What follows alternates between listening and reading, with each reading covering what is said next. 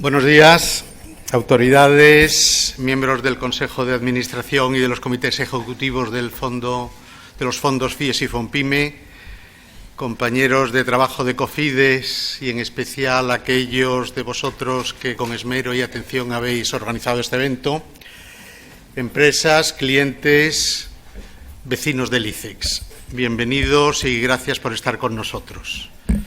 Esta es para Cofides una fiesta de celebración rodeado de amigos y, por tanto, tendrá un ambiente un poquito informal en el que hablaremos de los resultados y logros de la compañía en el año 2019. Es también una ocasión de, fieles a la tradición de la compañía de los últimos años, premiar algunas iniciativas y proyectos que consideramos particularmente relevantes para el desempeño de Cofides, el tipo de proyectos que financiamos y los vectores que articulan nuestra estrategia. No en vano, en la entrega de premios del año pasado, enfatizamos nuestra colaboración con la AECID y con FONPRODE, señalando entonces nuestra voluntad de trabajar conjuntamente como lo estamos haciendo en la actualidad y cada vez con mayor coordinación en el fomento de la cooperación financiera reembolsable entre instituciones que tenemos una dependencia orgánica de diferentes ministerios. Gracias a los colegas de FONPRODE por la colaboración. Y en este año, y haciendo un poquito de spoiler respecto a lo que será la última parte de la jornada, vamos a premiar al tripartito, que como todos sabéis es un instrumento de cooperación interinstitucional formado por la Secretaría de Estado de Comercio y el ICEX, la COE y la Cámara de España, un instrumento que se está mostrando efectivo para proyectar los intereses empresariales españoles en terceros países.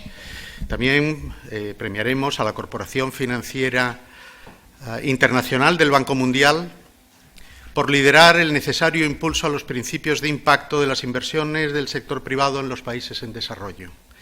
Y después también premiaremos a dos magníficas empresas que, como Inbonis, nos ayudan a mejorar el ecosistema para financiación de la PYME, o el Grupo Ortiz, que está enfatizando la internacionalización como un eje estratégico de su mejora de la competitividad. En algún momento de la sesión se unirán con nosotros la ministra Reyes Maroto y la secretaria de Estado Xiana Méndez. Ellas nos iban a acompañar desde el principio, pero probablemente nos acompañen en la entrega de premios y ambas nos han pedido explícitamente que les disculpemos por no estar con nosotros desde esta primera hora. Creo que están en el Parlamento. En los minutos que siguen, querría compartir con vosotros tanto algunas reflexiones sobre los resultados de Cofides del año que pasó como los vectores estratégicos de la compañía en el futuro. Tras mis palabras, que espero no sean demasiado aburridas, vamos a tener una mesa redonda en la que especialistas muy cualificados van a conversar sobre la emergente arquitectura financiera para la acción exterior de la Unión Europea. Después procederemos a la entrega de los premios Cofides a la internacionalización y el desarrollo y acabaremos la jornada con una copa en el atrio del edificio. Permítanme agradecer a los participantes de la mesa redonda el que se hayan desplazado desde lejos, en el caso de alguno de ellos, para estar con nosotros en esta ocasión. Pero antes de entrar en reflexiones sobre los resultados y la estrategia de Cofides, es importante recordar el marco general de la inversión exterior, que se está desenvolviendo en un contexto internacional y financiero cambiante y lleno de incertidumbres, en el que claramente todos, empresas, instituciones, financiadores, administraciones públicas, tenemos que reposicionarnos estratégicamente.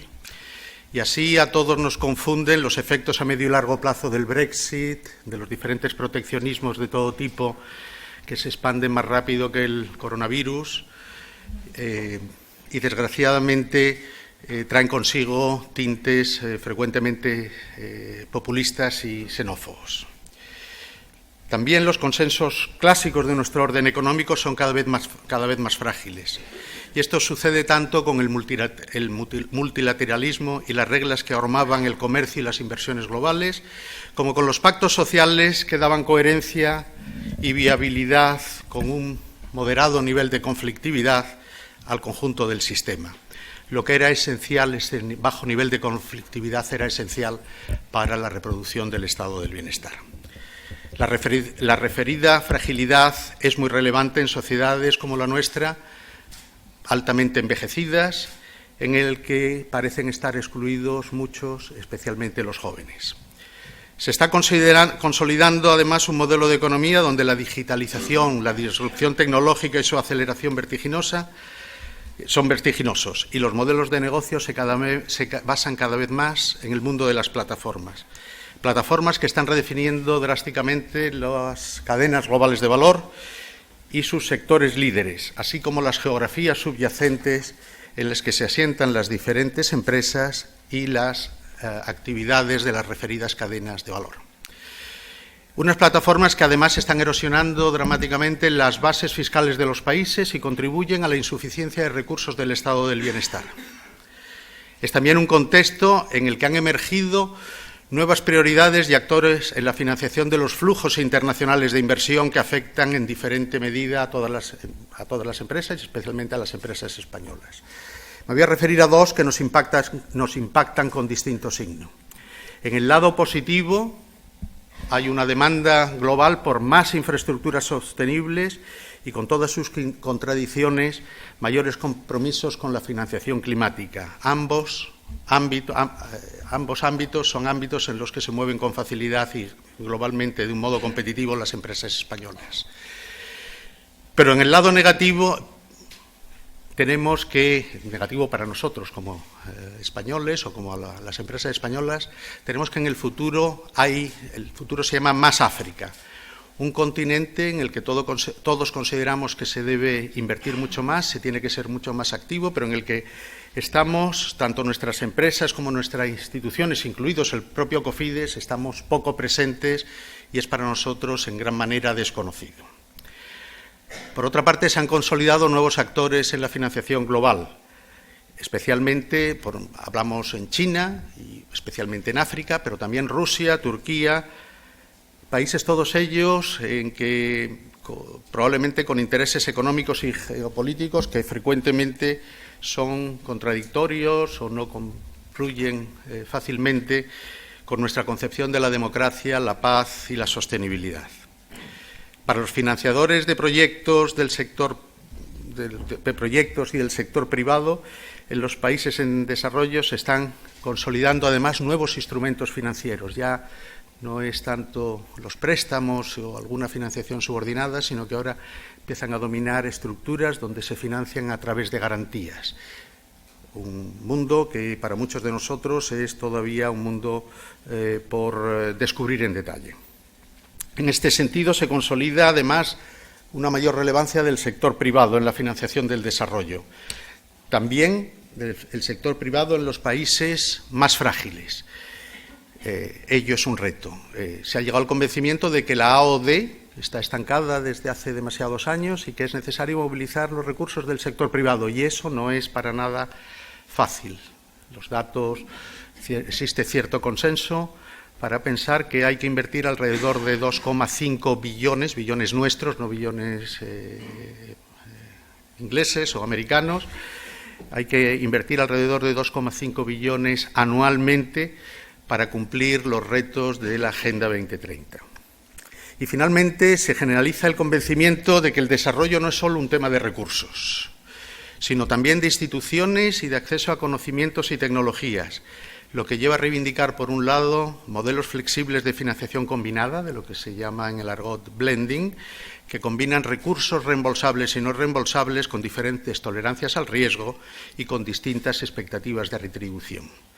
Y, por otra parte, es necesario disponer en la caja de herramientas para la acción exterior de recursos no reembolsables, de los que en España carecemos o son muy menguados, para poder ayudar tanto a los países como a las empresas a estructurar operaciones,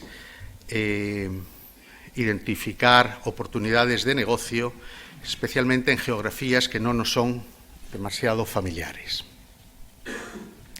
Permítanme ahora, por favor, el pasar a algunos mensajes estratégicos respecto de lo que hace Cofidis. Y en ello quisiera destacar que el año 2019 ha sido un año récord para la compañía, una tendencia que era alcista desde hace varios años. Durante el ejercicio 2019 se formalizaron 50 proyectos por valor de 266 millones de euros y desembolsaron operaciones por alrededor de 200 millones de euros.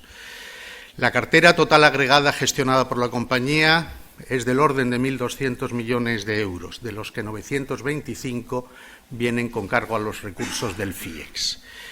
Se ha continuado avanzando en la coordinación, como decía antes, de nuestras relaciones con Fonprode, y hoy la cartera con la que hemos colaborado conjuntamente asciende alrededor de unos 915 millones de euros.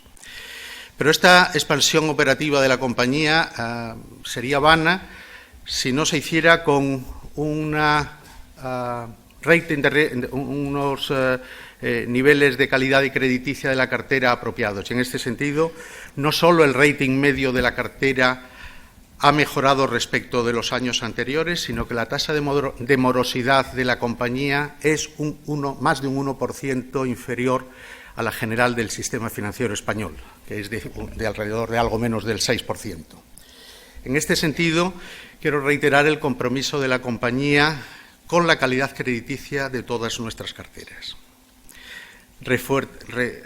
Otro de los retos que tenemos es el refuerzo, o hemos estado intentando a lo largo del año, reforzar los equipos internos en Cofidis, a quienes soy muy consciente, cada vez les estamos exigiendo más. Y al respecto querría señalar que este esfuerzo es general en toda la cadena de valor de la empresa, desde los departamentos encargados de la originación de proyectos y el desarrollo de negocio.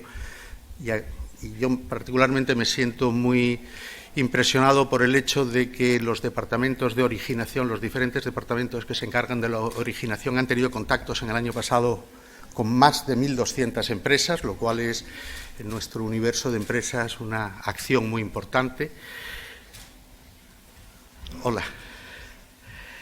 Pero también son importantes en la cadena de valor de la empresa quienes creativamente estructuran las operaciones, ponderan y gestionan los diferentes riesgos o se encargan de toda la actividad, muchas veces desconocida, de los back office. Todos ellos han colaborado muchísimo a la mejora de la eficiencia de la compañía, porque todo ello se ha hecho con alrededor de 90 personas, una cantidad de personas que son estables en la compañía desde hace tiempo y que como empresa pública tenemos graves dificultades para incrementar. Gracias de verdad a todos vosotros y aquí, parafraseando a lo que decía el genial José Luis Cuerda, mientras nosotros, es decir, el presidente y el director general, somos contingente, vosotros, los empleados de la compañía, sois imprescindibles. Entonces, creo que la compañía os debe todo a vosotros. Uno de nuestros retos está siendo orientarnos cada vez más a la sostenibilidad y el impacto.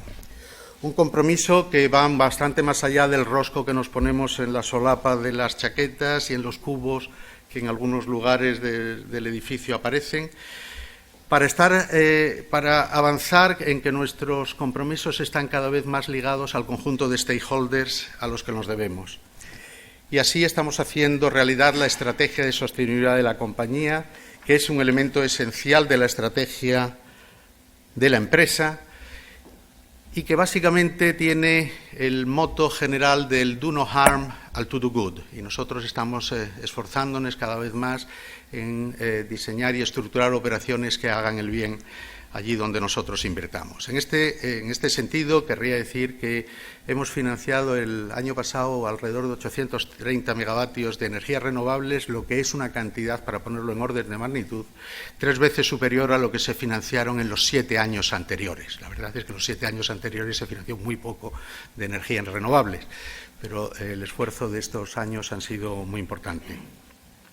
Otro ejemplo del compromiso con la empresa y su personal con la sostenibilidad es que el conjunto del personal de la empresa ha aceptado y ha promovido que una parte de nuestra retribución variable esté ligada al cumplimiento de alguno de los objetivos de desarrollo sostenible que estarán identificados. Creemos que es una manera de alinear perfectamente nuestras líneas estratégicas con lo que consideramos es la estrategia de sostenibilidad a largo plazo.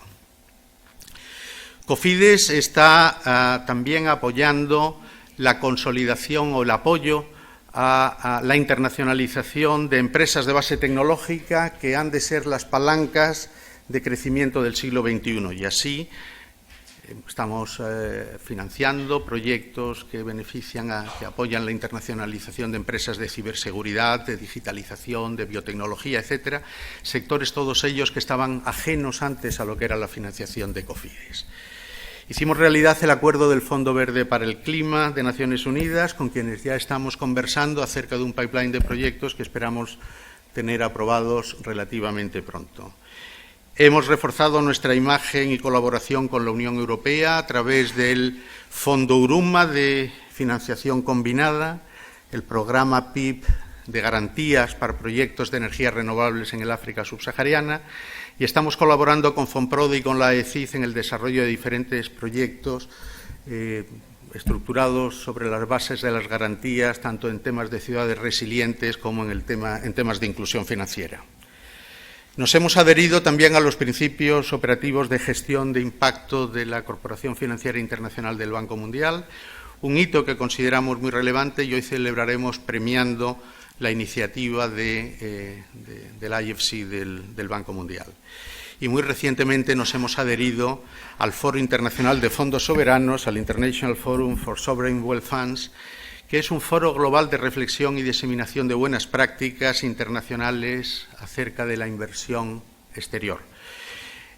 La pertenencia a este foro pudiera redundar tanto en apoyos adicionales para la internacionalización de las empresas españolas como para que los fondos soberanos globales conozcan más la economía española y pudieran ser actores relevantes de la inversión de estos fondos en nuestro país. Nuestro futuro.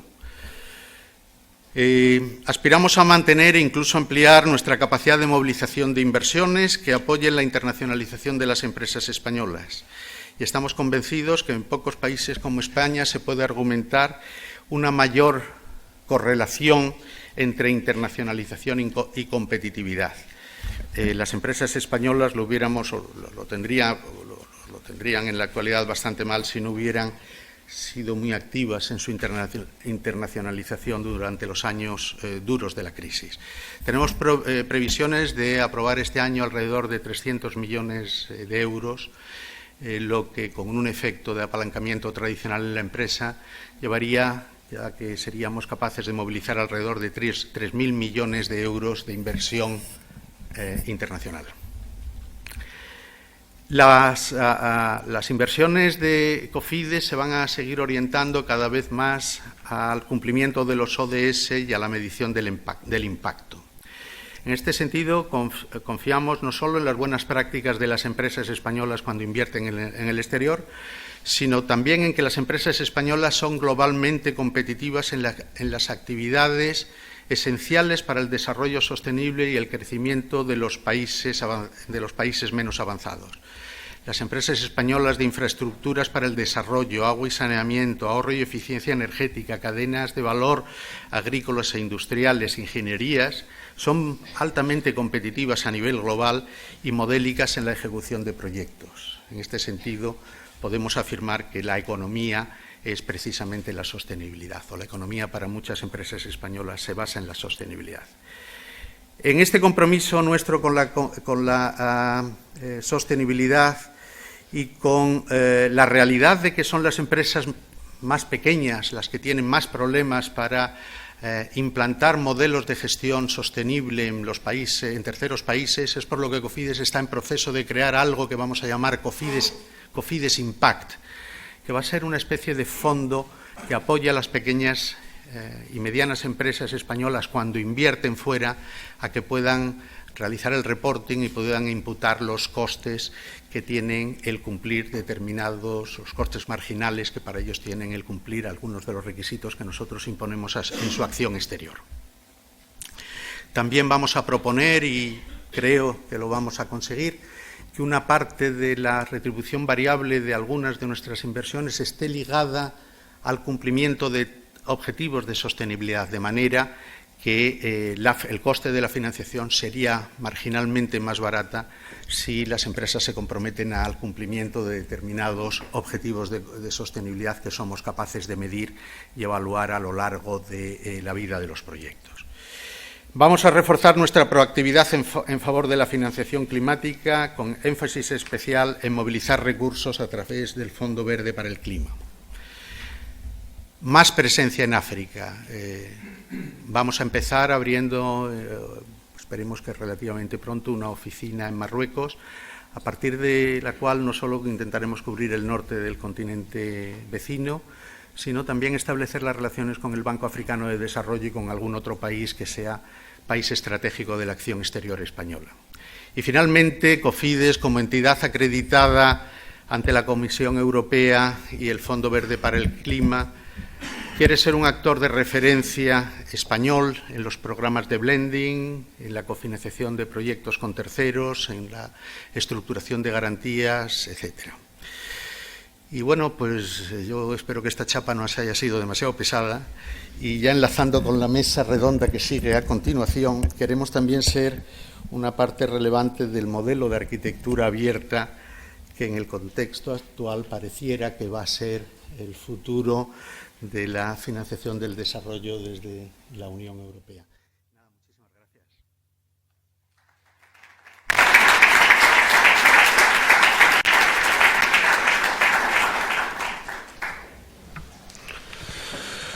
Muchas gracias, José Luis, por esta introducción y esta situación, en qué punto estamos y a qué nos enfrentamos. En primer lugar, me voy a presentar. Soy José Antonio Vega, soy director adjunto del periódico 5 Días, y decirles que desde el periódico estamos encantados en colaborar con Cofides en la organización de esta jornada, en la que, lógicamente, estamos también muy comprometidos. Vamos a hablar aquí de la nueva arquitectura europea de financiación del desarrollo. A nosotros nos ha sorprendido en el último año, sobre todo en el último año, cómo las empresas empiezan a poner en el norte de su estrategia los objetivos de desarrollo sostenible. Nos ha parecido que, como hace 6, 7, 8 años, quizás ya más, la responsabilidad social corporativa ocupaba también una buena parte de la actividad de las empresas, y siempre aparecía en su memoria un buen resumen de todas las iniciativas en esa materia, ahora están muy comprometidas con los objetivos de desarrollo sostenible. Como en paralelo a ese relanzamiento de los ODS, en Europa ha habido un cambio en la Comisión Europea, en la gobernanza de la Unión Europea, con un nuevo equipo, con una nueva presidenta de la Comisión, que tiene mucho interés, porque lo tiene todo el continente, en el desarrollo, digamos, fundamentalmente de África, y hacerlo además en paralelo con el cuidado del clima, con la lucha contra ese cambio climático y esos efectos que vemos cada día. Y para eso, lógicamente, se dispone de una gran cantidad de recursos, no hay un problema de finanzas y de falta de recursos en Europa, y quiere crear, lógicamente, la Comisión un nuevo instrumento para lanzar la inversión y la colaboración de las empresas y de los países europeos en el continente africano, en todas las economías en desarrollo, pero fundamentalmente en el continente africano, fundamentalmente en toda la zona subsahariana. Y de eso es de lo que vamos a hablar aquí. Lógicamente, para poner en marcha ese nuevo capítulo de inversiones en desarrollo sostenible y de lucha contra el cambio climático en África, lógicamente se ha creado un grupo de trabajo para, entre otras cosas, hacer alguna propuesta de cómo tiene que ser la estructura, la arquitectura financiera de ayuda al desarrollo en Europa. Y de eso, insisto, de esa nueva arquitectura es de lo que hablamos hablar aquí. Los 5 ponentes que tenemos hoy en la mesa son todos ellos de primerísimo nivel en sus instituciones y todos están muy implicados en la financiación al desarrollo. Los presento, aunque yo creo que todos los conocen prácticamente a todos. En mi izquierda, al fondo, José Antonio Alonso, que es catedrático de la Universidad Complutense y miembro precisamente de ese grupo de sabios de alto nivel que ha elaborado ese informe sobre la arquitectura financiera para el desarrollo, que ahora nos explicará un poco cuáles son sus propuestas. Está también don Bruno Wen, que es presidente de la Asociación de Instituciones Financieras de Desarrollo Europeas. Bienvenido. Doña María Suab Barragán, que es directora del Departamento de Socios Globales del Banco Europeo de Inversiones, que nos dará también su punto de vista. Realmente el Banco Europeo de Inversiones ha sido el núcleo de la ayuda al desarrollo en Europa en los últimos años. A mi derecha, doña Yolita Bouquet-Vicien, que es directora para América Latina y el Caribe de la Comisión Europea. Y por último, que ya lo conocen, ya ha tomado la palabra, don José Luis Curbelo, que es presidente de la Compañía Española de Financiación del Desarrollo, de COFIDES. Por mi parte, nada más. Les voy a dar la palabra en este mismo orden en el que los he presentado durante 4 o 5 minutos para que hagan una pequeña exposición desde su punto de vista, cómo debe de ser esa nueva arquitectura europea de financiación. Y después entramos en un debate, en una conversación en la que al final también participarán ustedes. Espero que tengamos tiempo para oír también algunas de sus sugerencias o alguna que se pueda responder a alguna de sus inquietudes. Por mi parte, nada más. José Antonio Alonso, por favor, cuando quieras.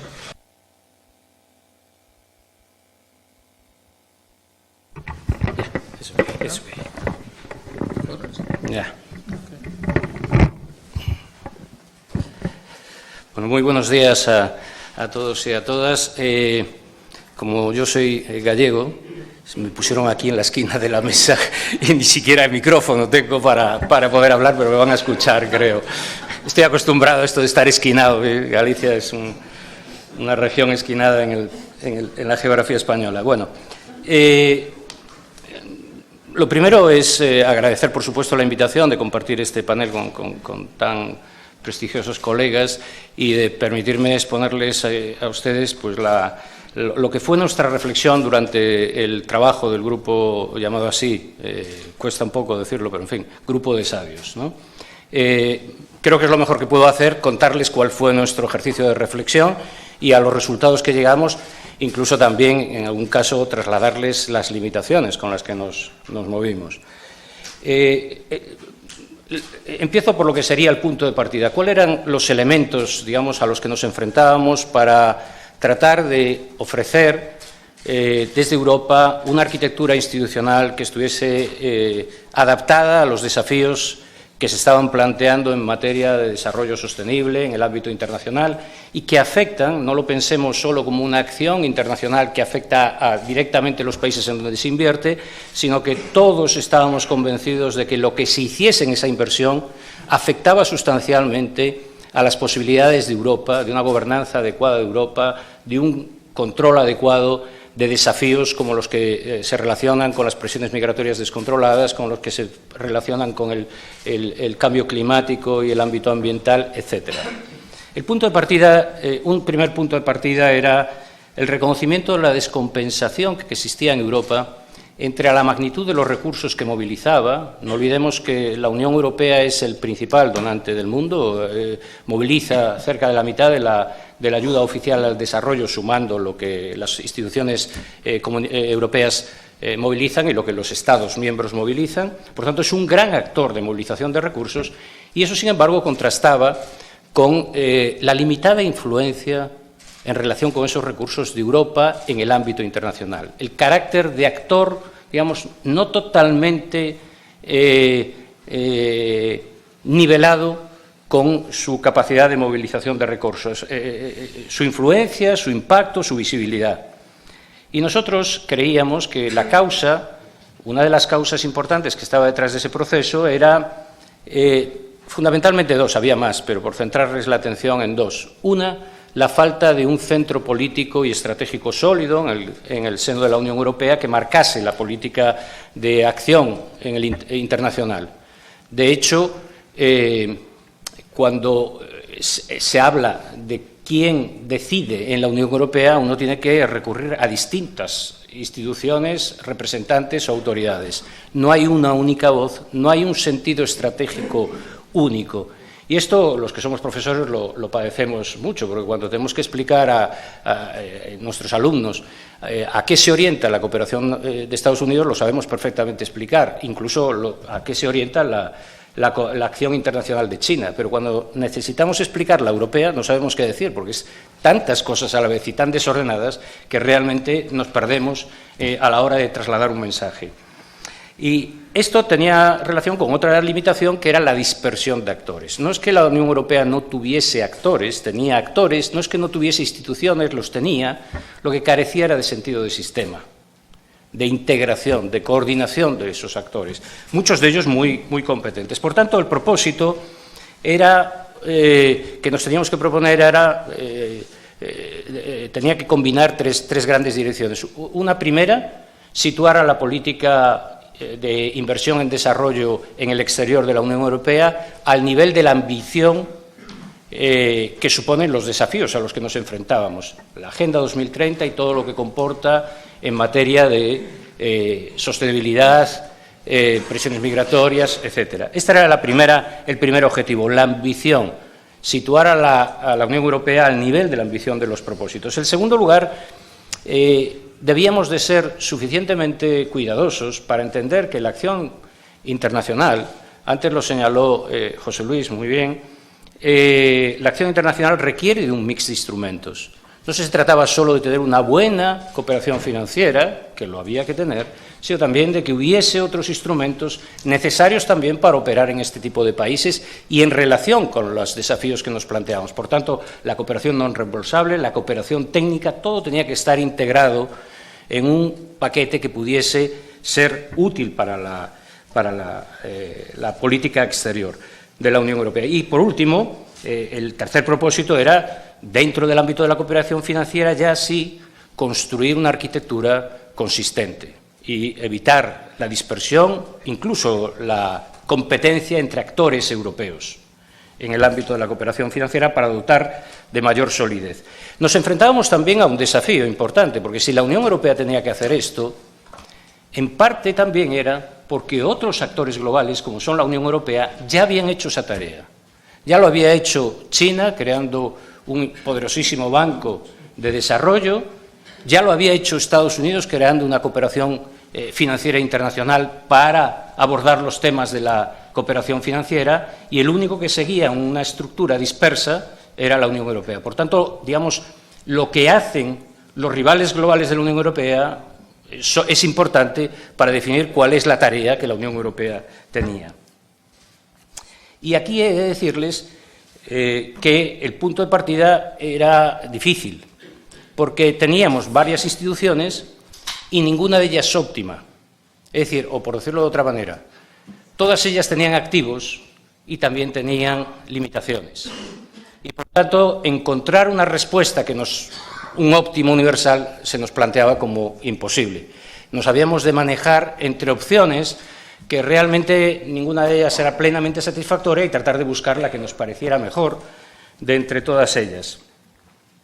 Había simultáneamente, les confieso, un problema que se cruzaba en esta reflexión acerca de cómo construir la arquitectura financiera para el desarrollo de la Unión Europea, y era que algunas de las instituciones existentes, podríamos decir así, que estaba enfrentada a una crisis de identidad futura. Me estoy refiriendo fundamentalmente al Banco Europeo de Reconstrucción y Desarrollo.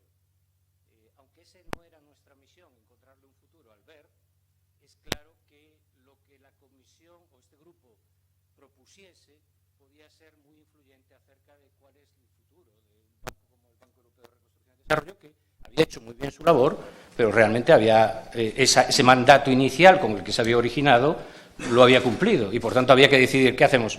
¿Se cierra? Bueno, esto de cerrar un banco es complicado en la historia, no se ha cerrado ninguno, ¿no? O le ponemos una nueva tarea, ¿cómo lo integramos? Si ha generado aprovechar eso y que no se pierda. Este era un poco de el punto de partida. Y, por supuesto, antes les decía, una situación en donde al menos nos encontrábamos con tres importantes jugadores, cada uno de ellos con sus virtudes y con sus defectos. El primero de ellos, indudablemente, era el Banco Europeo de Inversiones, el mayor banco en términos de capacidad operativa del mundo, ¿no? Un banco constituido desde su génesis como una institución europea, controlado totalmente por los países digamos, que somos miembros, es decir, por el proceso y el conjunto de los actores del sistema europeo. Un banco que, sin embargo, si esta era su capacidad, con una gran capacidad operativa, sobre todo en grandes operaciones inversoras, con una orientación dominante, aunque no exclusiva, al crédito con entidades soberanas y subsoberanas, pero sus limitaciones fundamentales eran, en primer lugar, que su acción internacional era un pequeño capítulo de lo que era la experiencia y la actividad del Banco Europeo de Inversiones. El Banco Europeo de Inversiones se configura fundamentalmente como un banco para invertir en el seno de la Unión Europea y claramente es muy distinto cuáles son las condiciones en las que se hace una inversión en países desarrollados, que es lo que consiste en invertir en desarrollo en países con estados frágiles, en situaciones extremas, con marcos regulatorios débiles, etcétera, etcétera. Y además, muy vinculado a este origen de banco de inversión, más que de banco de desarrollo estrictamente, también es un banco con una limitada presencia sobre el terreno, que es, sin embargo, un requisito para una buena acción inversora de desarrollo, ¿no? Estar muy cercano allí donde se produce la identificación y la elevación de propuestas para ser respaldadas financieramente. En el caso del BERD teníamos una situación en donde había tenido una trayectoria muy buena en la tarea que se le había encomendado, mucho más cercana a la acción con el sector privado en su actividad de financiación, pero también con una limitación o con una doble limitación que era importante. Una primera es que no había tenido experiencia también en países con estados frágiles, salvo muy excepcionalmente en un par de países de la antigua Unión Soviética, ¿no? Pero el resto eran países de renta media y fundamentalmente el entorno europeo y del norte de África, por tanto no había experiencia del banco en invertir en países duros, llamámoslo así, de África subsahariana. Y el segundo gran inconveniente es que el capital del banco no es solo europeo.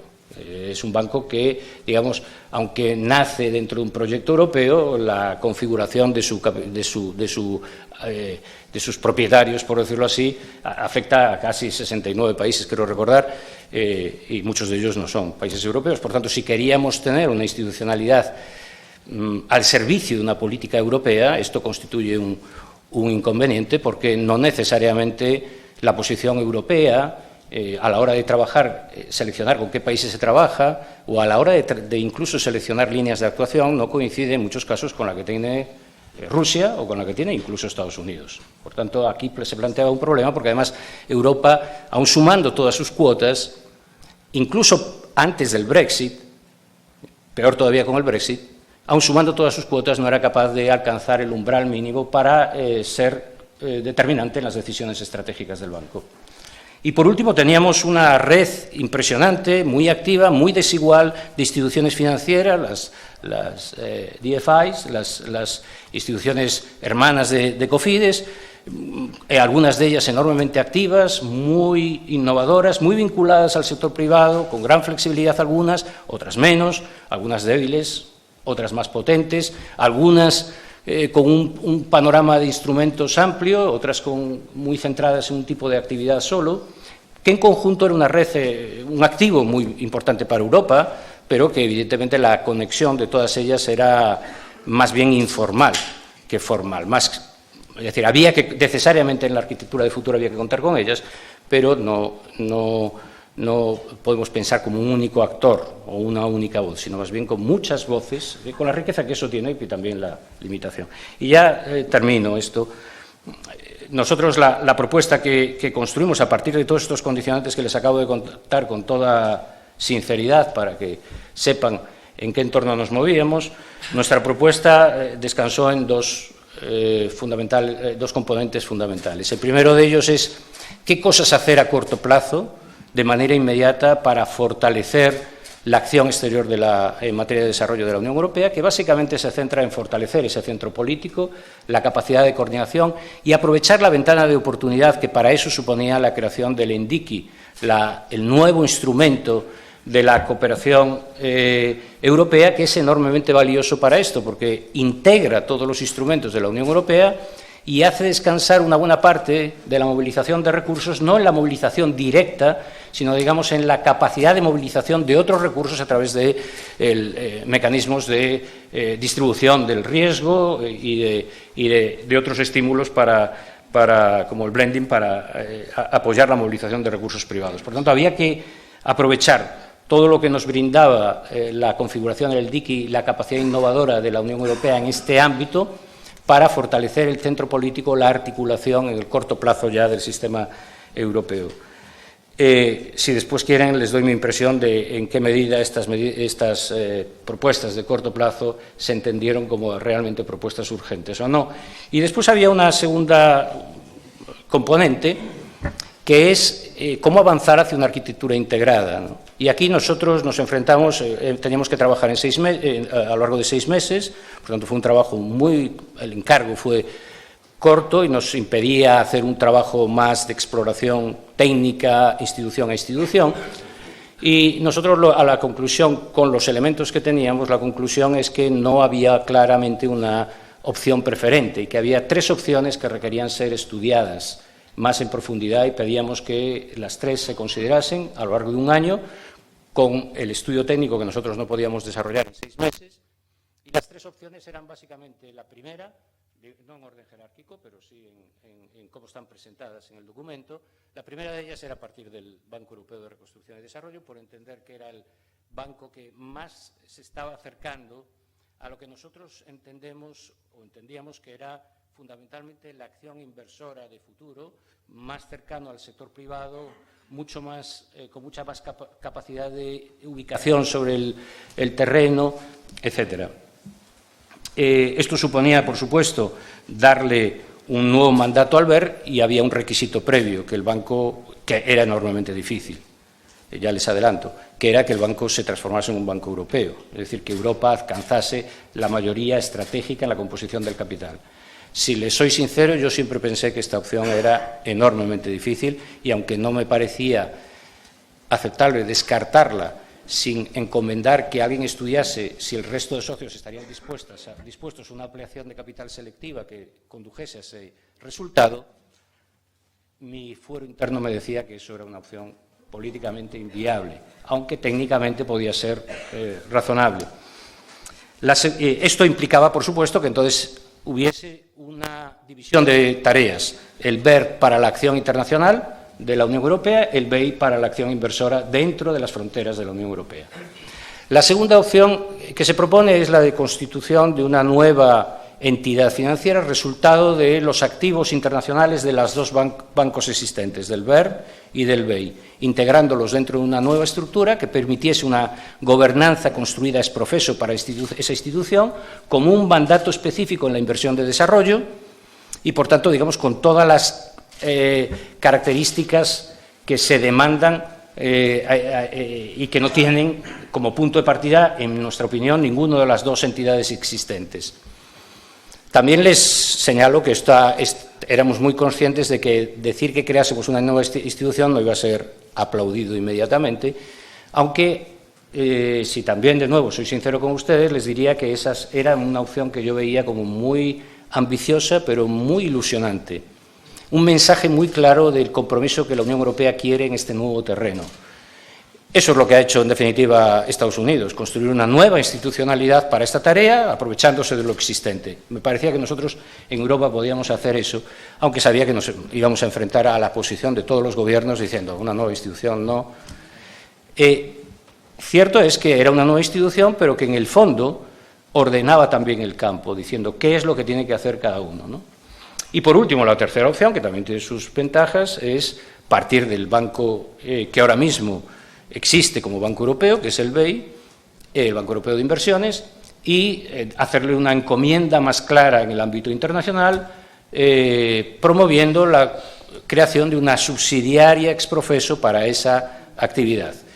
Una subsidiaria que nos garantizase que efectivamente la gobernanza es la adecuada y que el modelo de negocio es adecuado, porque les he de decir también que existen muchas opiniones acerca de que en muchas ocasiones el Banco Europeo de Inversión, digamos, ha tenido su propia dinámica, no legalmente, sino en la práctica, su propia dinámica alejada de los propósitos, en muchas ocasiones, de las decisiones de los gobiernos, ¿no? Es decir, que se le consideraba una institución, digamos, que respondía a un modelo de negocio que no era el adecuado, con una estructura de gobernanza enormemente politizada y con una autonomía, siento decir esto, pero exactamente, pero creo que estoy traduciendo no solo mi opinión, y ni siquiera la opinión del grupo de sabios dominante, sino creo que también la de muchos con los que entrevistamos para este proceso, ¿no? Hasta qué punto es cierto o no, obviamente supongo que hay opiniones de todo tipo en la... Pero, en fin, esta era la opinión. Entonces, sí queríamos que, si se construía una institucionalidad asociada al BEI, se hiciese de tal manera que se garantizase que, efectivamente, el modelo de negocio que va a poner en marcha va a ser un modelo de negocio, digamos, adaptado a lo que es la inversión en países en desarrollo, y con todos los mecanismos, no solo de estándares, sino también de pricing, que son adecuados para no provocar procesos de crowding out en estos países, ¿no? Y permitir que sume a la inversión privada, etcétera, etcétera. Estos son los tres planteamientos, y todos ellos lo que pedíamos es que, para que se dirimiese entre ellos, que era necesario un estudio un poco más en profundidad de estos condicionantes de cada uno, ¿no? Ahí terminó nuestra tarea. Probablemente en el debate después pueda añadir más elementos acerca de cuál ha sido la secuencia posterior, pero aquí me quedaría yo. Muchas gracias. Gracias, José Antonio. La verdad es que has explicado muy en detalle el informe y las tres opciones, y casi nos has dado ya la opinión sobre cada una de ellas. De todas maneras, exploraremos a continuación, después, algún detalle más. Señor Bruno Wen, su turno, por favor. Okay, good morning, everybody. And first of all, I thank you very much that I have the opportunity to speak to you this morning. And I would like, before I come back on the Vice Persons Group report and our reflection on it, I would like to elaborate a little bit what we are as EDFI, because I was already asked this morning what EDFI is all about. So EDFI, that's the Association of 15 European Development Finance Institutes, and Cofidis is one of our esteemed members. And we invest in the private sector in emerging markets and frontier markets to create jobs, to boost growth, fight poverty and climate change. Since we were set up in 1992, our members have invested in approximately 50,000 projects, and now we manage a combined investment portfolio of more than 41 billion in developing countries across a large range of different sectors, like financial services for SME finance, that's clean energy, which includes renewables, that's agriculture, that's manufacturing industry in more than 100 developing countries. And what we are doing is we are a risk taker. That's our job, that's our mandate. So we are going in the most difficult places of the world in order to show that it's possible to invest in these areas. And now coming back, one third of what we are doing is in Africa, and one third roughly is climate finance. And we are growing in volume, we are growing in size, we are growing in relevance and significance, as well as in impact with regard to the Sustainable Development Goals. Now coming back to the Vice Persons Group report, which we applaud very much, and I tell you for two reasons. The first thing is that the report for the first time recognized our role. So it's in the report that 40% of what the European Union is doing outside of Europe in the private sector is done by us, by the European Development Finance Institute. And even in Africa, the amount is larger. 74% what is being done in Africa in the private sector is done by EDFI. So if we recall that the Sustainable Development Goal put rightly the private sector as a key for sustainable development, and especially also recognizing that we have to do much more, as Jose also rightly mentioned, in our neighboring continent Africa, then we could play this role. So, and against that, that's our second point, we applaud very much what also Jose mentioned, the need to do something about Europe. Because as European citizens and good European taxpayers, we cannot ignore that although we are the largest development financier worldwide, we do not play a significant and relevant role when it comes to international development, setting, agenda, etc. Actually, nobody, also within Europe, really knows what we do in Europe and our role. So but then the question is how to do it. And we, in EDFI, we put our effort very much on the short-term recommendations, exactly for the reason Jose mentioned. Because there's a need for more coordination. There's a need for more strategic, systematic coordination on what should be done and how to do it, how to influence international development agenda, how to make best use of our resources within Europe. Having said that, representing bilateral institutions, we do not like very much that the European Union is providing huge amount of funding always to our colleagues in Washington, D.C. We believe very much that the first thing they should do is to reflect who within Europe, may it be EBRD, EIB, the European Development Finance Institute, or the national European development banks that we have, could make use of it. So to have a strong voice within Europe. This is what we are arguing for. And against that, I have also to say that we are a little bit disappointed about the recent reaction of the European Commission to the Council on the short-term measures, because we do not believe that this is a serious reaction on the recommendations Jose has reflected on. Because we would like to see that the European Commission in itself reflects what needs to be done to have a strong policy coordination center and how to strengthen the political role within the European Union. Why I'm saying that? Because if this is not being done, then there is no need to go for institutional changes. Because then you have institutional changes in EIB, EBRD, and somewhere else, but the impact with regard to significance, relevance, is rather limited. And this is why we, as EDFI, we would like to see that much will be done with regards to the recommendation of the Vice President report on short-term recommendations, and also using the ongoing debate on INDICI, because that's also the right place to look what needs to be done for more coherent strategies, for more coordination, etc. But if it comes to institutional changes, we would like to see that we make best use of what we have already. So we have European institutions, we have very strong bilateral institutions in the member states. So there's a huge variety of in size, in volumes, in capacity, in competence, in access to markets. And I think we should do whatever we can do to use this opportunity, these capacity and competence. And so the question at the end is how we can generate much more complementarity.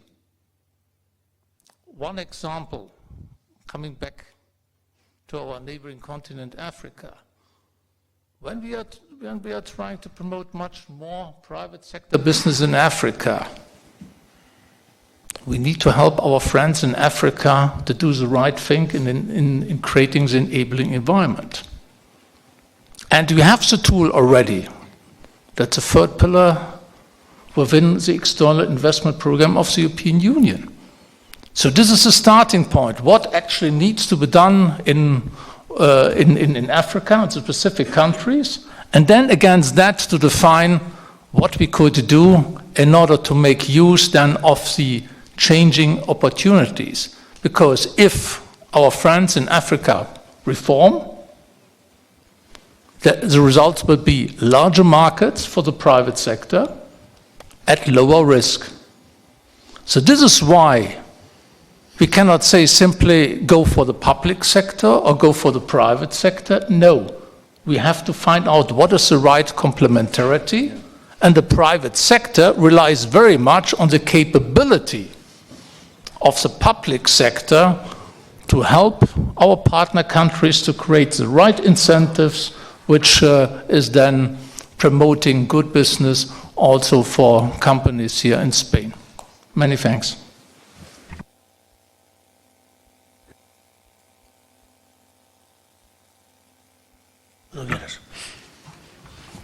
Muchas gracias. Buenos días. Pido disculpas por haber llegado tarde.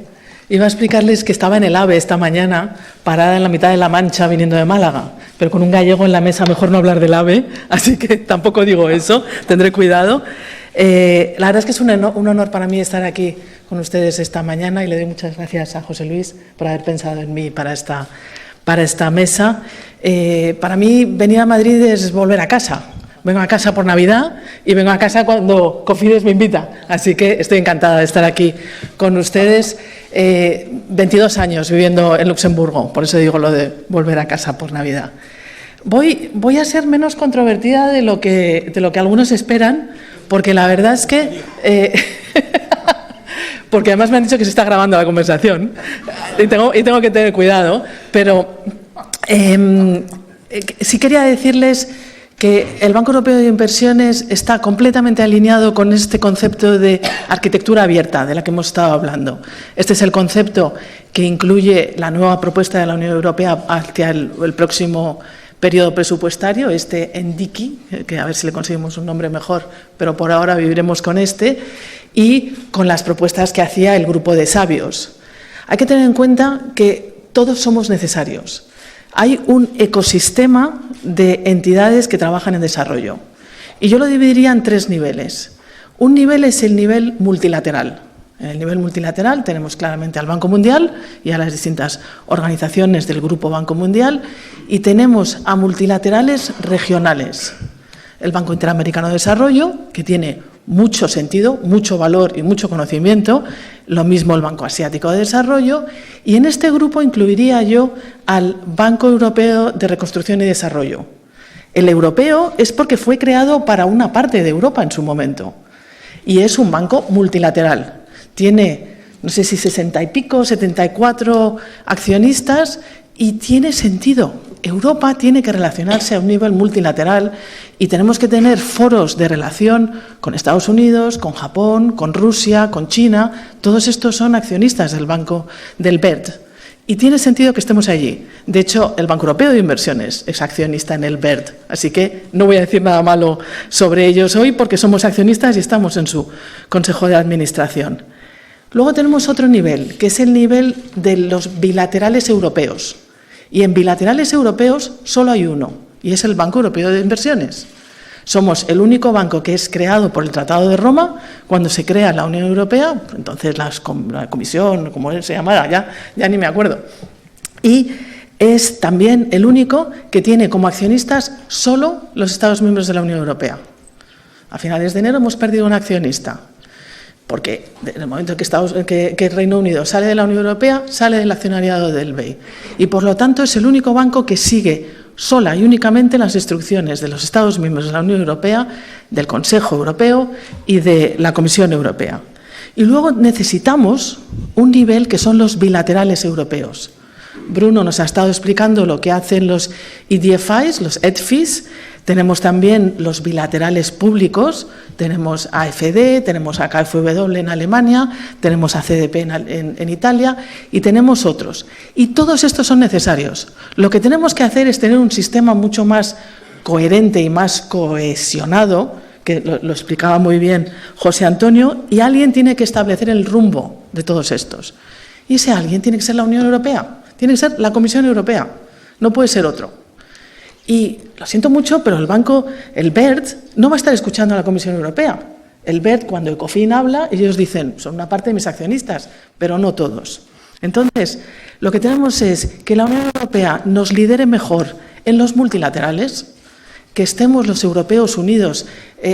Europa tiene una proporción muy alta en el Banco Interamericano de Desarrollo, pero no habla con una única voz, habla con muchas voces.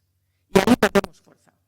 Entonces, tenemos que estar bajo la Unión Europea, bien dirigidos en los multilaterales, en el bilateral europeo, que es el BEI, y tener, particularmente cuando están tratando con fondos europeos, y son uno de los grandes entidades que acceden a fondos europeos, todas las EDFIs y los bilaterales europeos, allí también estableciendo la dirección. Y de hecho, dirección hay, lo único es que tenemos que escuchar. Tenemos el Consenso para el Desarrollo, que fue aprobado por todos los Estados miembros de la Unión Europea bajo la dirección de la Comisión Europea. Tenemos la Comunicación para América Latina, que fue creada por el Departamento de Yolita y que nos dice qué es lo que la Unión Europea quiere hacer en América Latina. Y tenemos distintas estrategias para África y ahora mismo se está redactando una estrategia con África por la nueva Comisión Europea. Yo he visto ya un borrador, hemos dado comentarios, porque es importante que se meta bien desde el principio el punto de vista de cuáles son las necesidades de inversión en África. Quería compartir con ustedes unos pocos datos para que veamos, y también José Antonio ha explicado lo que el Banco Europeo de Inversiones hace fuera de la Unión. Es verdad que la actividad del BEI fuera de la Unión es alrededor del 10% de lo que hacemos. De hecho, durante muchos años, el país más beneficiario de financiación del Banco Europeo de Inversiones es España. Durante muchos años hemos estado prestando 11.000, 12.000 millones de euros al año en inversiones en España. Entonces, dentro de esto, estamos prestando últimamente alrededor de 8.000 millones de euros fuera de la Unión Europea. Es un 10% de nuestro total de actividad del BEI. Pero llevamos prestando fuera de la Unión Europea desde el año 1963. Yo no había nacido en el año 63 y el BEI ya estaba prestando en África subsahariana. Tenemos una cartera en 146 países fuera de la Unión Europea, con una cobertura de todas las regiones. Cubrimos mucho el Mediterráneo, claramente África subsahariana, pero también América Latina, y no hay que olvidar el interés europeo en América Latina y el interés europeo en Asia y en Asia Central. Una cartera que ahora mismo activa son 70.000 millones de euros, o sea que algo sabremos de desarrollo si tenemos una cartera de 70.000 millones de euros, y dentro de esto estamos activos en 43 de los 59 países que son países frágiles, o sea, clasificados como países frágiles o países menos desarrollados. En estos tenemos ahora mismo 110 operaciones por un valor de 5.500 millones de euros que han movilizado 18.000 millones de euros de inversión. Es una cantidad sustancial. Si miramos África en el año pasado, el 52% de nuestra actividad en África subsahariana fue en países frágiles o los menos desarrollados dentro de las clasificaciones internacionales. Y estamos ahora mismo activos ya en 41 países en África subsahariana. El último elemento que quería compartir, y luego igual cuando tengamos preguntas, si queréis, os explico cómo estamos tomando las indicaciones del grupo de sabios, tanto las medidas a corto plazo y cómo ya hemos propuesto en nuestro Consejo de Administración cómo implementarlas, porque la verdad es que tienen razón y tenemos una serie de cosas en las que claramente tenemos que mejorar. Deficiencias, sin ninguna duda, las tenemos y fueron bien identificadas por el grupo de sabios. Pero el último punto que quería compartir con vosotros antes de dejar este momento y luego ya pasamos si queréis, es que el Banco Europeo de Inversiones representa ahora mismo el 30% de la ayuda oficial al desarrollo de las instituciones europeas. O sea, ya somos una parte muy grande. Es una parte pequeña del BEI, porque el BEI es gigante en cuanto a su balance, pero ya representamos el 30% de lo que está haciendo las instituciones europeas en cuanto a ayuda oficial al desarrollo. Yo creo que lo dejo aquí y luego sí que volvemos. Gracias. Gracias, María. Yolita. Mil gracias. Buen día. Quisiera agradecer esta invitación, esta oportunidad para estar aquí. Estoy convencida, José Luis, que ustedes están equivocados para mandar invitación a mí, porque yo no voy a hablar de África. Y ustedes ven que África domina los periódicos, la televisión, y yo lo represento solamente una pequeñita parte de otro mundo que se llama América Latina y el Caribe. Pero es una oportunidad muy grande para mí para dar una pequeñita reflexión sobre esta parte del mundo, si ustedes tienen paciencia conmigo. Yo evidentemente quería, llegaré cualquier momento si podremos tener ese tipo de mesa para conversar entre nosotros sin auditorio que escucha a nosotros, yo creo merece, pero si quieren escuchar podemos. No, mi función no tiene este título de profesor y no voy a decir todo lo que yo quiero decir. Yo prefiero leer con menos errores en castellano, pero yo voy a compartir en dos partes, dar respuestas sobre puntos que fui destacados para los colegas y después dar una pequeñita reflexión personal en el fin de mis palabritas. Empiezo con los agradecimientos para Confides para participar en este panel tan distinguido. Yo me siento muy importante cuando yo veo al doctor José Antonio Omaría. Yo sé que tengo que quitar todo y correr rápidamente en este panel. El momento es muy oportuno. ¿Por qué es oportuno? Porque como ustedes ven, estamos en el momento de la reflexión del marco de nuestras acciones del parte de la Unión Europea por el próximo 7 años. Y nada está hecho como ustedes ven. Yo le represento la Dirección General de Cooperación y Desarrollo, que va a cambiar su nombre por una razón muy simple, porque tenemos nuevo gobierno de la Comisión Europea y nueva comisaria que tiene título completamente diferente de que estamos acostumbrados. Su título es de comisaria de partenariados internacionales o asociación, no sé cómo traducir, traducción no es tan buena, international partnerships, no se traducen tan bien, pero es algo que no es completamente extraño para la gente como yo, que hemos trabajado tantos años con el continente de América Latina. Evidentemente nosotros tratamos nuestras relaciones y construimos sobre las bases de partenariado con nuestros países socios. Pero evidentemente que hemos visto últimamente, estos métodos tradicionales tienen sus límites, subvenciones podría ir hasta en algún momento, pero no es suficiente para llegar a estos 2.5 billones. Algo mucho que José Luis dijo para implementar los ODS. Evidentemente que tengo que buscar dónde hay este verdadero impacto. Todo el mundo mira evidentemente a instituciones financieras que llega también a nosotros a mirar al sector privado. Y no hay tantos actores que podrían ayudarnos. Es una familia donde conocemos el nombre de todos los miembros de esta familia. Es una familia bastante pequeña. Para nuestra dirección, como yo dije, de América Latina y el Caribe, vamos a entrar en todas las decisiones horizontales o globales que la Unión Europea va a tomar.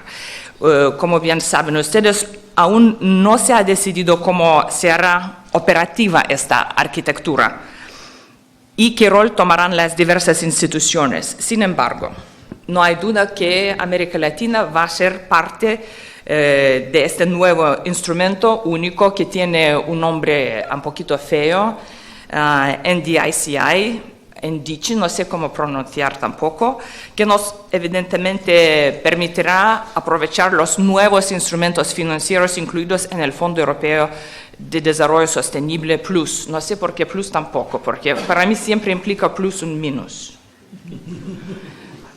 Como ustedes saben, la decisión acerca de la arquitectura está en manos de los colegisladores, Estados miembros y Parlamento Europeo. Nos congratula constatar que tanto la postura del Consejo como del Parlamento Europeo mantiene los principales elementos de esta propuesta de la Comisión Europea. Lo que respecta a este Fondo Europeo de Desarrollo Sostenible, esto incluye el principio de políticas primero, esa que fue destacado como un vacío actual, la arquitectura abierta, la cobertura global, un alcance material integral que abarca la financiación combinada, blending y las garantías que respaldarán préstamos soberanos y operaciones con el sector privado, y enfoque, que fue dicho, en los países menos desarrollados y frágiles. Esto representa un cambio esencial que creemos va a permitir que la Unión Europea sea un actor mucho más efectivo. Por primera vez, se incluirán bajo una misma gobernanza todos los instrumentos financieros, permitiendo de esta manera responder a las prioridades políticas de la Unión Europea en los países beneficiarios de una forma más eficiente y coordinada. En ese sentido, el caso de la garantía presupuestaria es particularmente relevante, ya que, por primera vez, las garantías se incluirán en los ejercicios de programación regional. Yo quisiera decir que América Latina fue al inicio de promover esta propuesta. Es un secreto bien escondido, pero nosotros, yo siempre, no estoy sola, yo quiero que estamos todos de acuerdo que en el continente de América Latina nosotros podemos permitirnos hacer cosas más avanzadas, experimentar y tener como un laboratorio de las ideas también para las instituciones financieras, y hemos visto más profundamente, hemos sufrido más que otras regiones quizás esta multitud de instrumentos y falta de coordinación entre los actores, incluye europeos, sobre el terreno. Y ahí nosotros siempre nos ponemos esta pregunta a nosotros: ¿dónde hay y qué podría ser este valor añadido de la Unión Europea? ¿Dónde la Comisión Europea podría ser útil? ¿Por qué necesitamos Unión Europea? ¿Por qué Banco Europeo o COFIDES no podría ir solos? ¿Por qué tiene que juntarse con nosotros? Y sobre todo cuando nosotros sabemos que en el gobierno de España va a poner mucho más dinero con COFIDES, ICID y otros, ¿por qué ustedes van a necesitar todavía trabajar con nosotros? Es algo, yo creo, que una pregunta muy de corazón y muy de centro para esta arquitectura. En ese sentido, yo agradezco mucho esta reflexión hecha para el grupo de sabios que tenemos honor hoy día juntarse con el profesor José Antonio. Estamos en buen camino, yo creo, que algunas de las recomendaciones del informe están ya completados, incluidos en DICI. Yo quiero responder en esta pequeñita crítica. Según lo solicitado del Consejo, la Comisión adoptó el 31 de enero un informe sobre cómo poner en práctica las medidas a corto plazo recomendadas en el informe del Grupo de Sabios para fortalecer la arquitectura financiera europea para el desarrollo.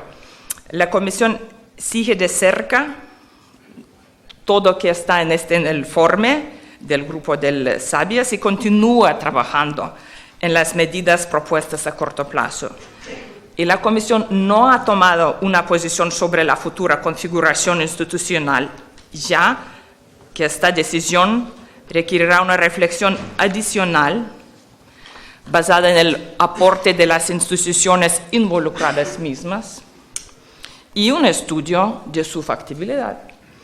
La Comisión está trabajando en los términos de referencia para dicho estudio para que los resultados puedan presentarse en otoño. Por eso yo digo, es un momento muy oportuno para tener ese tipo de reflexiones. Eso va a responder a eso que piden a nosotros el Consejo, nuestros Estados miembros.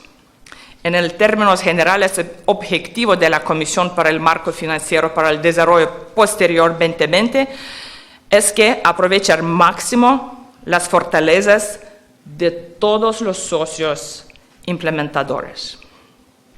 Si ustedes permiten pasar al plano operacional de este NDICI, va a permitirnos incrementar la amplitud y profundidad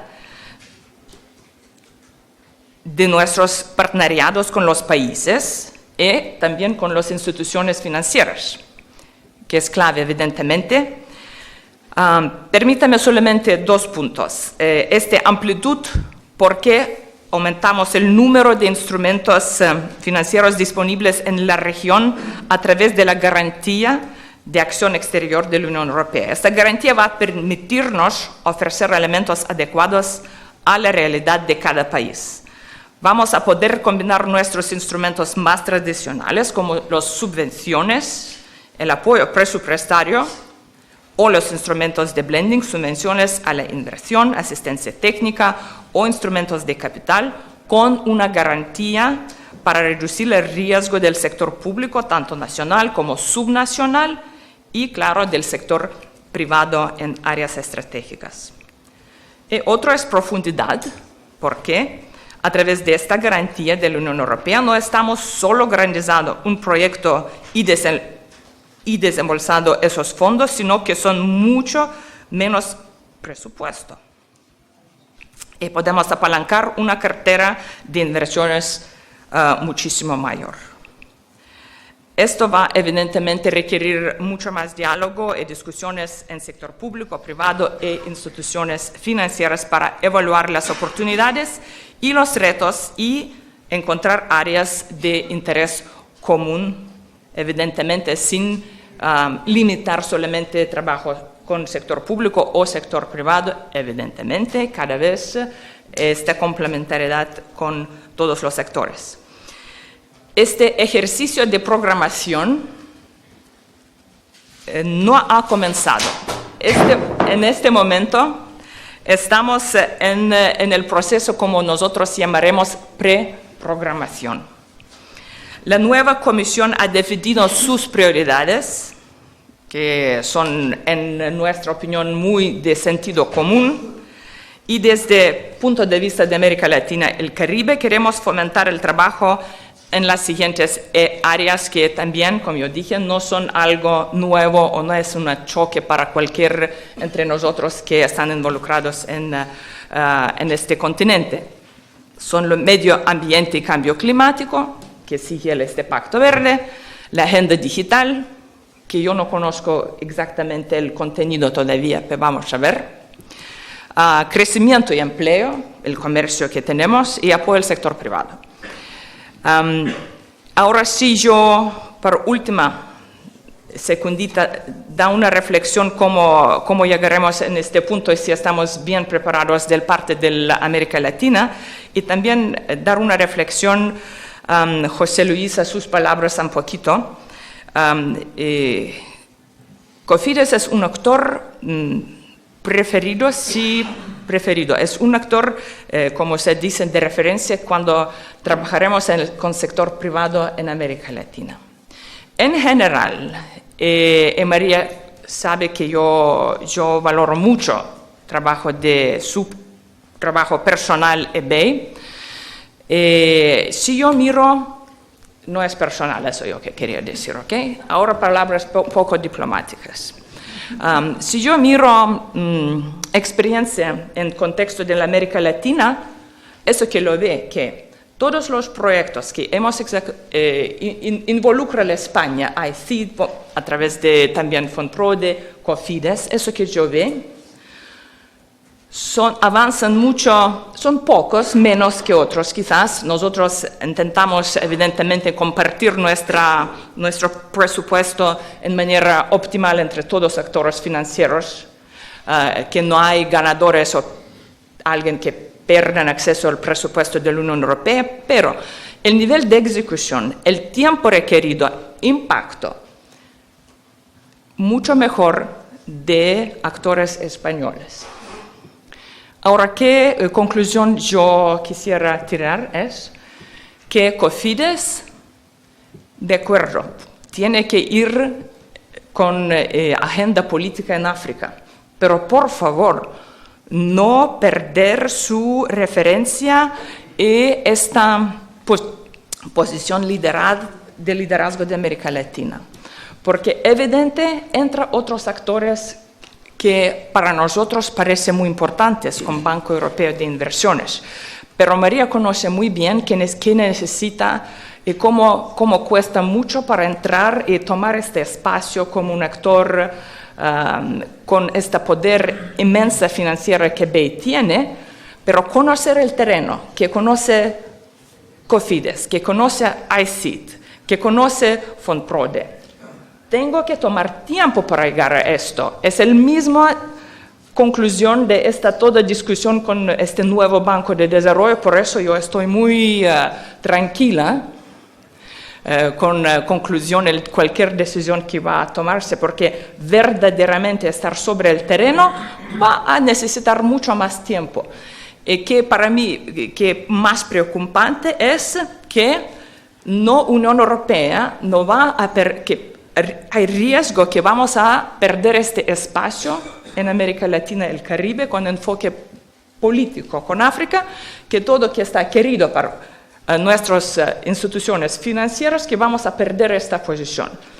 Y solamente ahí yo creo entra importancia de nuestra parte. Dinero no vamos a tener tanto para América Latina. La propuesta que hemos hecho, yo como yo siempre digo, en esta familia del desarrollo, América Latina es el hermano más pobre.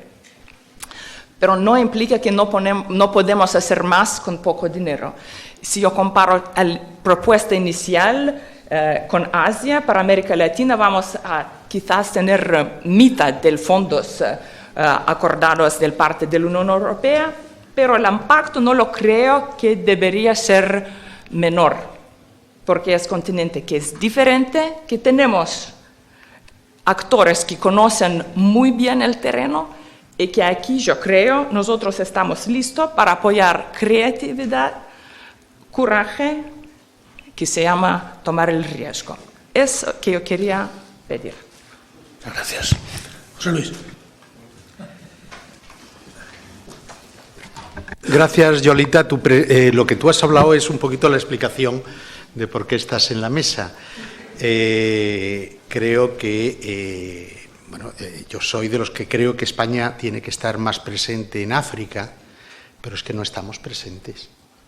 Es decir, nosotros multiplicar por 2 significa invertir el 2% de lo que nosotros invertimos en África. Es decir, España no es un actor en África. Empresas españolas individualmente pueden tener algún tipo de operaciones en África, normalmente en proyectos que están desarrollando otros bancos de desarrollo o alguna otra bilateral, y entonces happen to be una empresa española que realiza el proyecto, pero hay muy poca inversión. No hay prácticamente ninguna inversión española en África, algo en Marruecos y poquito más. Entonces, lógicamente, cuando tú construyes sobre tus fortalezas, y América Latina es nuestra fortaleza. Mucho que mejorar también nuestra acción en América Latina por el carajal institucional español, de muchas instituciones, pero eso no es diferente en España que en otros países. La ausencia de recursos no reembolsables, que yo creo que sí es un problema muy serio de la estructura española de apoyo a la inversión en el exterior. En ese sentido, yo sí creo que superada, lógicamente no hay recursos no reembolsables porque este país pasó por una crisis profundísima de la que ha salido, gracias a Dios, pero hay que reorganizar en posibles futuros presupuestos, la disponibilidad de recursos alineadas con las prioridades.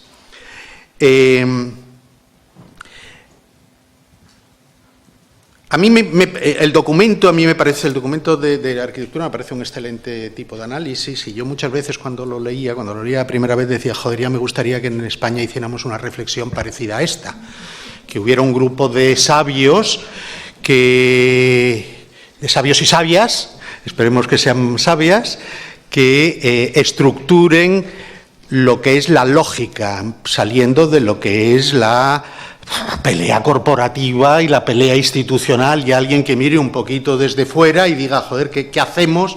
¿Cuáles son los retos? ¿Dónde queremos ir? Pongamos líneas de fuerza y a partir de ahí construyamos. Esa es la primera declaración de mi propia envidia cuando leí el documento. Yo creo que ahí está todo por hacer. Yo espero que seamos capaces, ahora que hay una cierta estabilidad política, de definir qué es lo que queremos hacer, qué es lo que queremos hacer todos los distintos instrumentos de la Administración del Estado, los distintos ministerios, los distintos fondos, sabiendo que lo primero que tenemos que definir es la estrategia, que yo creo que es el punto, me ha gustado José Antonio Alonso, que lo ha planteado como el primer punto.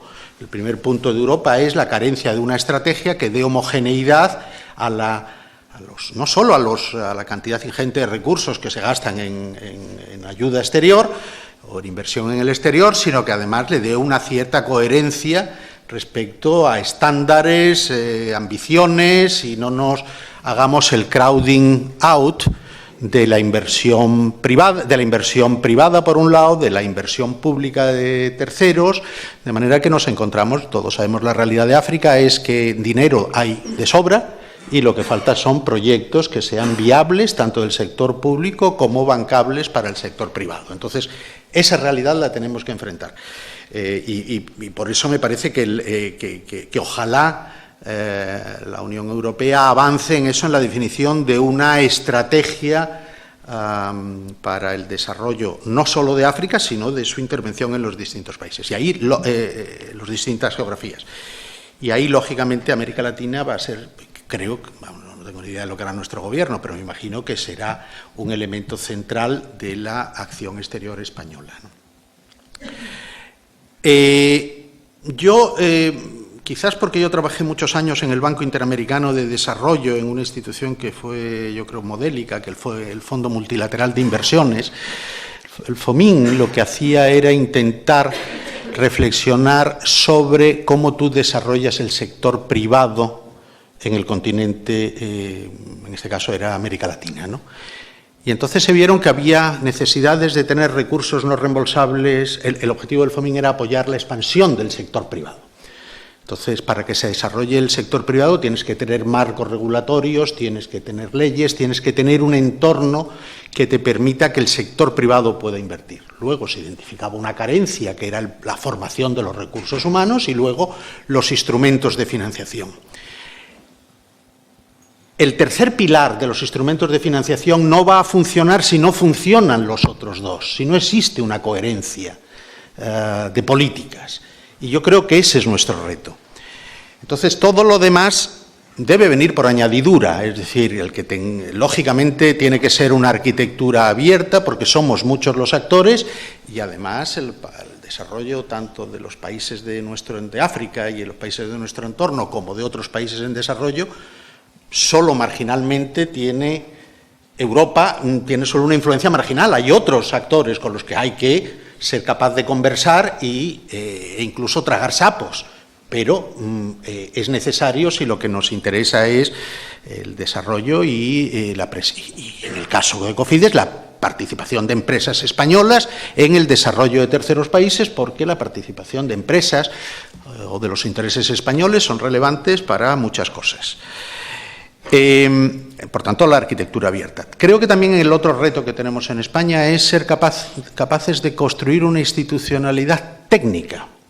Yo estoy encantado, Cofidis creo que es una institución fantástica, pero somos muchas las instituciones en España que más o menos nos dedicamos a lo mismo, nos pisamos los callos unos a otros y tenemos cierta complementariedad los unos con los otros, y por medio también hay un montón de intersticios que no están cubiertos. Entonces, tenemos que ponernos orden en nuestra propia casa. Tenemos que ser capaces de utilizar los recursos de blending en muchísimo mejor y desarrollar algo que, bueno, la palabra garantías es una palabra cargada de contenido. Garantías es todo y es nada. Entonces, tenemos que saber de qué hablamos cuando hablamos de garantías. Todo el mundo sabe de garantías. Bueno, Pongámonos de acuerdo en lo que entendemos por garantías, en que se diferencian de los avales, que se diferencian de los seguros, que se diferencian de otros instrumentos financieros. Es decir, creo que en el caso nuestro, yo querría poner encima de la mesa, una cosa es la arquitectura global, la arquitectura europea, y después es la arquitectura que cada uno de los países tiene que desarrollar. En este sentido, yo creo que España tiene mucho avanzado en una serie de cosas. Hay muchas cosas que hace no solo bien, sino yo creo que se hace muy bien, pero por otra parte tenemos carencias. Y eso yo creo que sucede. Ayer que cenábamos con Bruno, y Bruno nos contaba de sus años en la DEG y en la KfW, que nosotros ponemos siempre como modélicos, como instituciones a imitar, bueno, pues también nos contaban sus propias carencias y sus propias cuestiones internas. Entonces yo creo que eso es muy importante. Yo creo que los españoles tenemos mucho la tendencia a autoflagelarnos y ver lo que de nosotros no funciona, pero también nos tenemos que de vez en cuando satisfacer de aquellas cosas que funcionan, sabiendo que son mejorables, lógicamente, ¿no? Entonces, en este sentido, yo creo que tenemos en algún momento que tener reflexiones internas, a ser posible lo más a calzón quitado, porque serán más divertidas y serán mucho mejores, ¿no? Nada más. Muchas gracias, José Luis. Como ven, el respeto del tiempo, ninguno de ustedes me ha hecho ningún caso, unos con más intensidad que otros. Pero bueno, lo bueno que tiene con eso es que prácticamente casi todas las cuestiones que había que plantear se han ido contestando poco a poco. Pero a mí me gustaría volver un poco al principio, al diseño, digamos, de la arquitectura financiera hacia la que vamos, hacia la que la Unión Europea quiere ir y para lo que ha encargado ese informe. Y me gustaría hacerle la misma pregunta a tres personas, a José Antonio Alonso, a María Schopp y a Yolita, que es, al final, con cuál de esas tres propuestas se sentirían más cómodos para que fuese eficiente de verdad. Lo digo porque María ha hablado de que todas son necesarias, pero al final habrá que decidir si mantenemos la estructura como está y repartimos las competencias del desarrollo en África, o creamos una institución nueva, totalmente nueva, o segregamos los activos internacionales de las dos instituciones que existen ahora y las agrupamos en una nueva figura. Y por eso me gustaría que tanto José Antonio como María, como Yolita, que lógicamente la Comisión no ha tomado todavía una decisión, pero sí me gustaría saber su punto de vista. Si sois breves, mejor, porque así tocamos más cosas.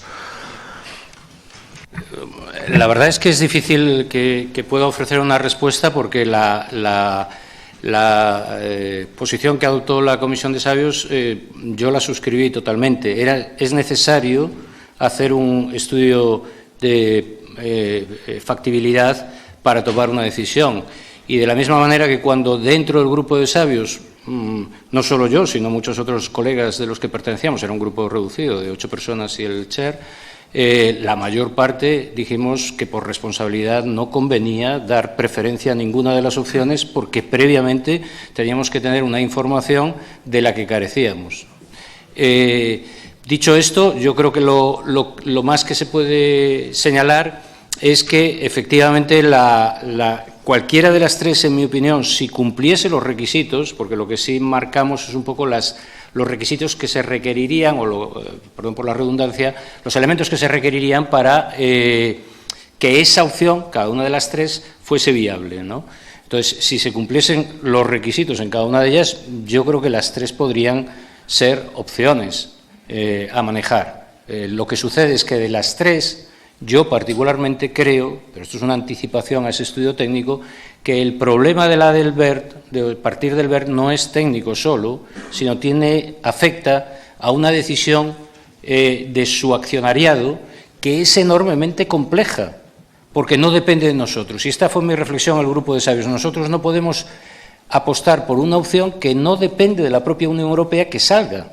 ¿no? Depende de otros actores que no son europeos y que, por tanto, introducen un elemento de indeterminación, de incertidumbre verdaderamente mayúsculo, ¿no? Y de los cuales, en algunos casos, teníamos información de que sí, no tenían ningún problema, pero había otros, sin embargo, que no era nada claro que quisieran adoptar un rol menor dentro de la estructura del BERD. Por tanto, la primera de las opciones, por razones más de complejidad política, de un proceso que es enormemente difícil y que además es que los actores son 69.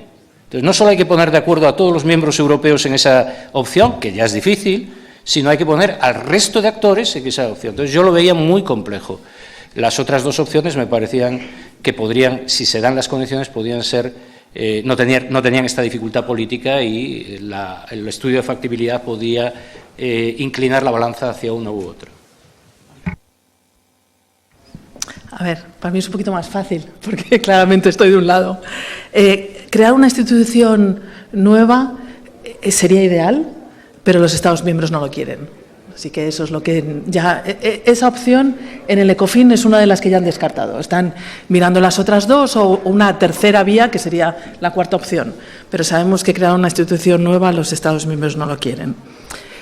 Reforzar el BERD, Estados Unidos no lo quiere. Así que, en la medida en que Estados Unidos, que es uno de los principales accionistas del BERD, no esté interesado en ser diluido, no va a ser una opción por mucho que queramos los europeos.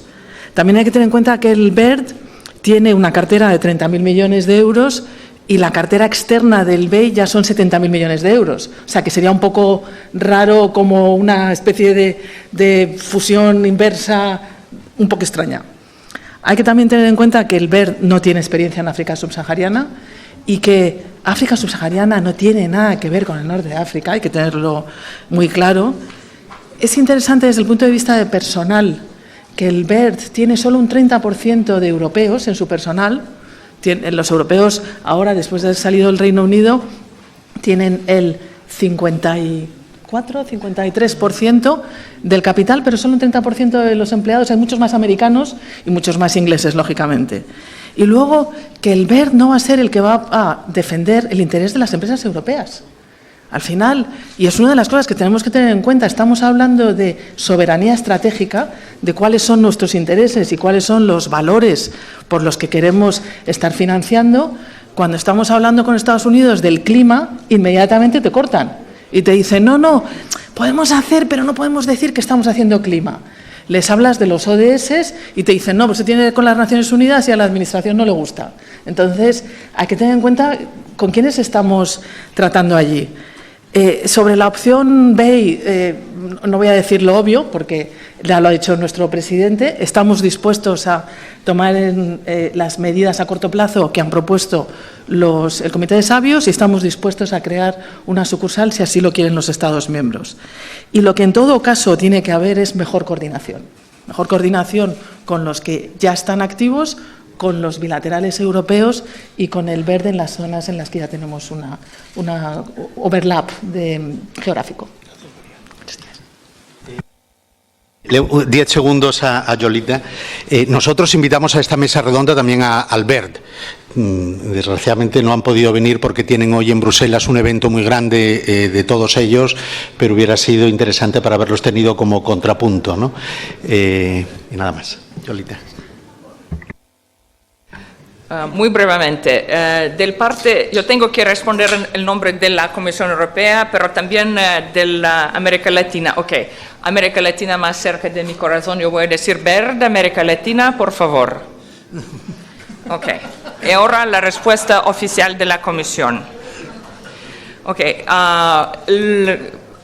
estoy convencida que la decisión va a ser, como María lo ha dicho, últimamente entre los Estados miembros de la Unión Europea. El Parlamento quizás va a entrar menos en esta decisión, yo imagino, pero podría sorprender a nosotros todos. La posición que la Unión Europea toma fuertemente son las condiciones muy sentido común, pero muy fuertes. Garantizar que la Unión Europea, a través de la Comisión, esté adecuadamente representada en la gobernanza para garantizar la política primero, capacidad de toma de riesgos adaptada para trabajar fuera de la Unión Europea, capacidades del desarrollo real con la presencia relevante en el terreno y, último, conocimiento de país para apoyar este diálogo. Gracias. Tenemos poco tiempo, pero sí me gustaría hacer una pregunta más, solo una pregunta más, en este caso a Bruno. Él ha hablado de la necesidad de conocer bien, primero, qué es lo que necesita África, qué necesitan los países subsaharianos, antes de ir allí con nuestras propuestas y financiar el desarrollo. A mí me gustaría, ¿hasta qué punto conocemos qué reformas necesita realmente hacer África? Fundamentalmente los países subsaharianos, si son a nivel jurídico, de qué tipo, para que esos proyectos de desarrollo no fracasen y para que las empresas, que a fin de cuentas tienen que estar coaligadas con la ayuda pública, tengan éxito y se animen a ir. Y con esa pregunta terminamos. Adelante, por favor.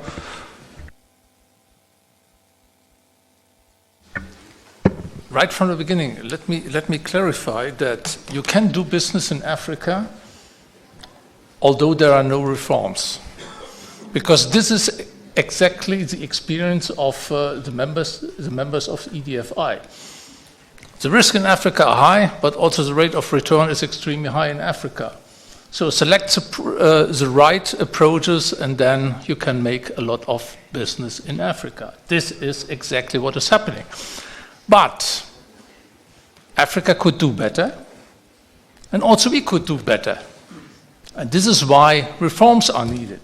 For example, regulatory reforms in the energy sector so that more renewables can be invested in, because the problem in most African countries is that you have to deal with public sector institutions, energy provider that are almost bankrupt. So this is not a good foundation in order to enter into, let me say, a 30 years power purchase agreement. But still it's possible, but the risks are extremely high. So going for institutional reforms could be extremely helpful. Another issue is that in Africa, capital markets are rather weak.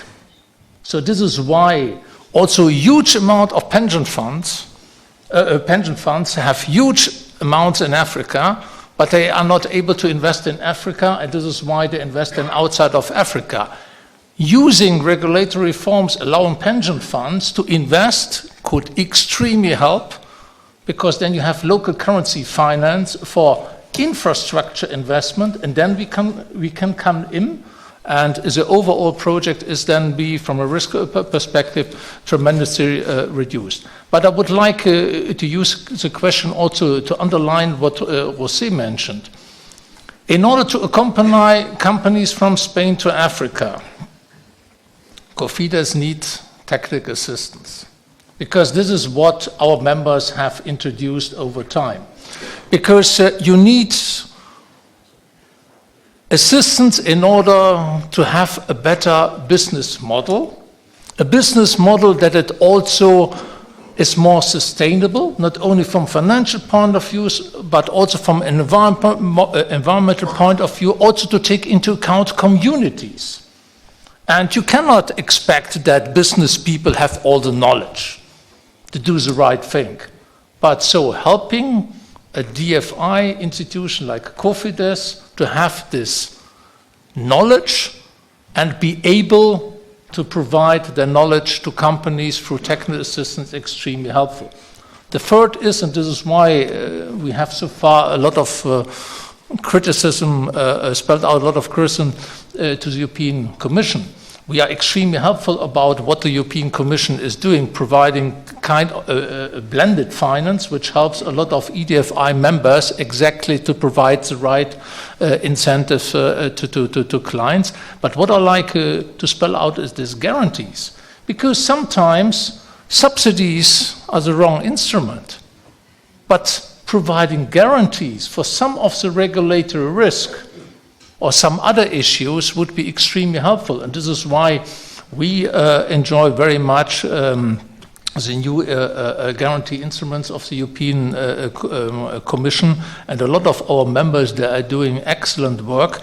And the final point I would like to raise is that advertisement, because we as EDFI, we have also a management company that we have created after intensive debate with the European Commission and DEFCO, and we are providing innovative financing for Electrify, that's for renewables, and the other is for Agrify, so that's everything you need. That's guarantees, that's technical assistance, that's long-term loans, subordinated loans, but also equity.